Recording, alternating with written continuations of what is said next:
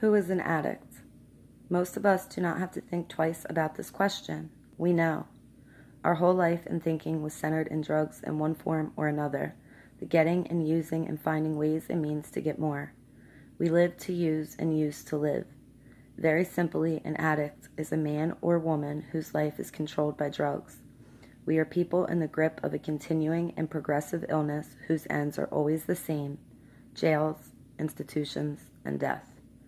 Those of us who have found the program of Narcotics Anonymous do not have to think twice about the question. Who is an addict? We know. The following is our experience. As addicts, we are people whose use of any mind-altering, mood-changing substance causes a problem in any area of life.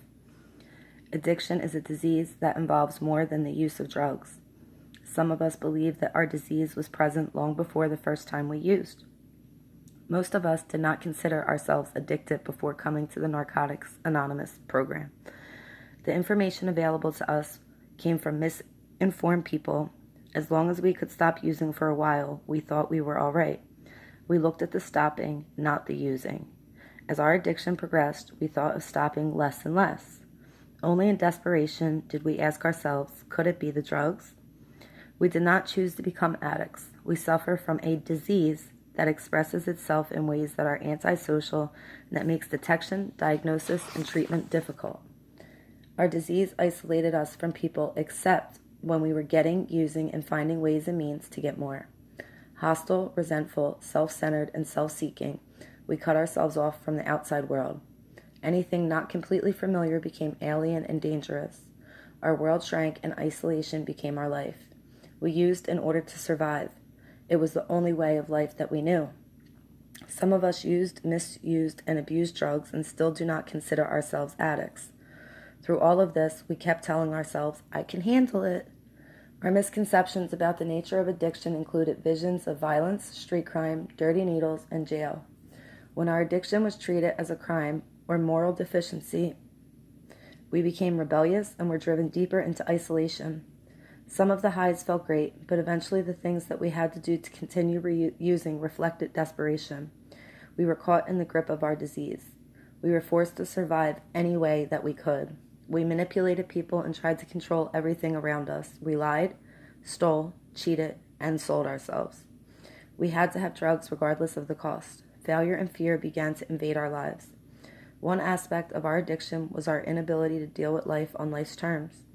We tried drugs and combinations of drugs to cope with a seemingly hostile world. We dreamed of finding a magic formula that would solve our ultimate problem, ourselves. The fact was that we could not use any mind-altering or mood-changing substance, including marijuana and alcohol, successfully. Drugs ceased to make us feel good. At times we were defensive about our addiction and justified our right to use, especially when we had legal prescriptions. We were proud of the sometimes illegal and often bizarre behavior that typified our using. We forgot about the times when we sat alone and were consumed by fear and self-pity. We fell into a pattern of selective thinking. We only remembered the good drug experiences. We justified and rationalized the things that we did to keep from getting sick or going crazy. We ignored the times when life seemed to be a nightmare. We avoided the reality of our addiction. Higher mental and emotional functions, such as a conscience and the ability to love, were sharply affected by our use of drugs. Living skills were reduced to the animal level. Our spirit was broken. The capacity to feel human was lost. This seems extreme, but many of us have been in this state of mind. We were constantly searching for the answer, that person, place, or thing that would make everything all right. We lacked the ability to cope with daily living. As our addiction progressed, many of us found ourselves in and out of institutions. These experiences indicated that there was something wrong with our lives. We wanted an easy way out. Some of us thought of suicide.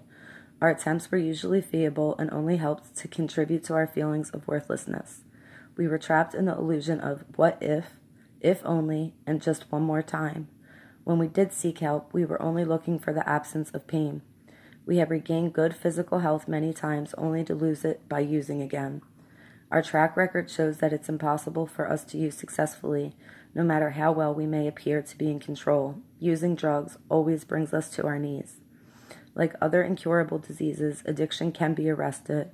We agree that there is nothing shameful about being an addict, provided we accept our dilemma honestly and take positive action. We are willing to admit without reservation that we are allergic to drugs. Common sense tells us that it would be insane to go back to the source of our allergy. Our experience indicates that medicine cannot cure our illness. Although physical and mental tolerance play a role, many drugs require no extended period of use to trigger allergic reactions. Our reaction to drugs is what makes us addicts, not how much we use. Many of us did not think we had a problem with drugs until the drugs ran out. Even when others told us that we had a problem, we were convinced that we were right and the world was wrong. We used this belief to justify our self-destructive behavior. We developed a point of view that enabled us to pursue our addiction without concern for our own well-being or the well-being of others. We began to feel that the drugs were killing us long before we could ever admit it to anyone else. We noticed that if we tried to stop using, we couldn't. We suspected that we had lost control over the drugs and had no power to stop. Certain things followed as we continued to use. We became accustomed to a state of mind that is common to addicts. We forgot what it was like before we started using. We forgot about social graces. We acquired strange habits and mannerisms. We forgot how to work. We forgot how to play. We forgot how to express ourselves and how to show concern for others. We forgot how to feel. While using, we lived in another world. We experienced only periodic jolts of reality or self-awareness. It seemed that we were at least two people instead of one, Dr. Jekyll and Mr. Hyde. We ran around and tried to get our lives together before our next run. Sometimes we could not do this very well. We could do this very well, but later it was less important and more impossible. In the end, Dr. Jekyll died and Mr. Hyde took over. Each of us has a few things that we never did. We cannot let these things become excuses to use again.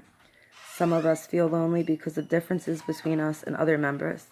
This feeling makes it difficult to give up old connections and old habits. We all have different tolerances for pain. Some addicts needed to go to greater extremes than others. Some of us found that we had enough when we realized that we were getting high too often and it was affecting our daily lives. At first, we were using in a manner that seemed to be social or at least controllable. We had little indication of the disaster that the future held for us. At some point, our using became uncontrollable and antisocial. This began when things were going well and we were in situations that allowed us to use frequently. This was usually the end of the good times. We may have tried to moderate, substitute, or even stop using, but we went from a state of drug success and well-being to complete spiritual, mental, and emotional bankruptcy. This rate of decline varies from addict to addict. Whether it occurs in years or days, it's all a downhill. Those of us who don't die from the disease will go on to prison, mental institutions, or complete demoralization as the disease progresses. Drugs had given us the feeling that we could handle whatever situation might develop. We become aware, however, that drug usage was largely responsible for some of our worst predicaments. Some of us may spend the rest of our lives in jail for a drug-related crime. We had to reach our bottom before we were willing to stop. We were finally motivated to seek help in the latter stage of our addiction. Then it was easier for us to see the destruction, disaster, and delusion of our using. It was harder to deny our addiction when problems were staring us in the face. Some of us first saw the effects of addiction on those people closest to us. We were very dependent on them to carry us through life. We felt angry, disappointed, and hurt when they found other interests, friends, and loved ones. We regretted the past, dreaded the future, and weren't too thrilled about the present. After years of searching, we were more unhappy and less satisfied than when it all began. Our addiction enslaved us. We were prisoners of our own mind and were condemned by our own guilt. We gave up the hope that we would ever stop using drugs. Our attempts to stay clean always failed, causing us pain and misery. As addicts, we have an incurable disease called addiction. The disease is chronic, progressive, and fatal. However, it is a treatable disease. We feel that each individual has to answer the question, am I an addict?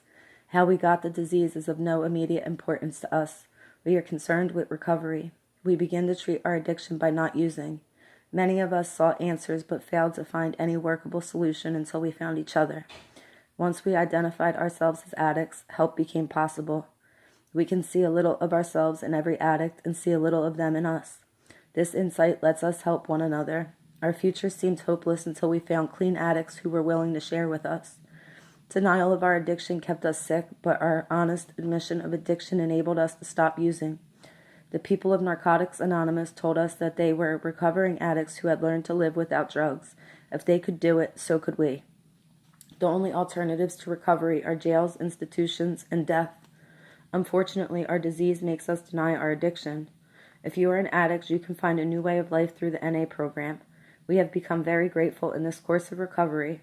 Through abstinence and through working the 12 steps of Narcotics Anonymous, our lives have become useful. We realize that we are never cured and that we carry the disease within us for the rest of our lives. We have a disease, but we do recover. Each day, we are given another chance. We are convinced that there is only one way for us to live, and that is the NA way.